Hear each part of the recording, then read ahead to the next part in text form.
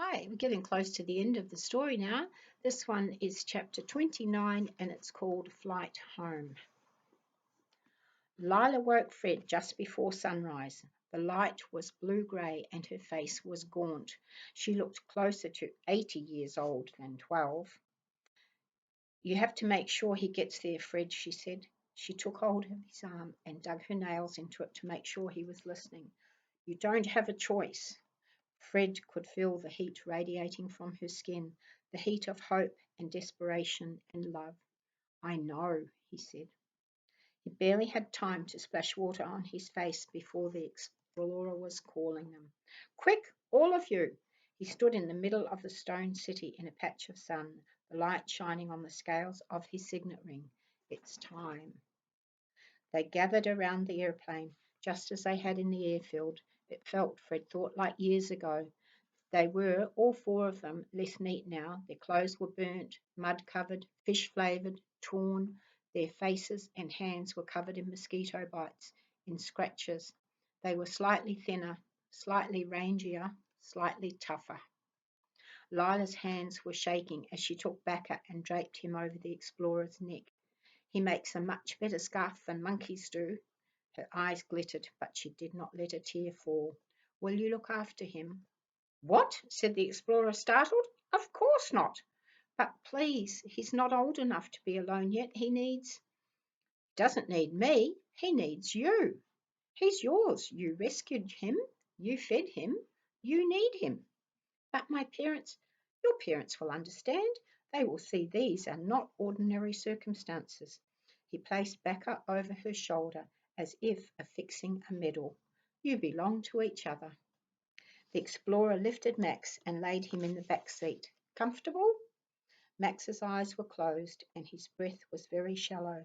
His fingers had begun to swell. Not long now, little cataclysm. He touched Max's head and turned to Lila. He is a very loud enigma, but I am glad to have met him. Very glad. He loved you, said Lila. He loves you. She corrected herself, blanching. The explorer swallowed, nodded. He cupped his hands for her foot, and she climbed into the plane, cradling Max in her lap. Listen, the explorer looked down at Max's flushed cheek. When you get home, tell them how large the world is and how green, and tell them that the beauty of the world makes demands on you.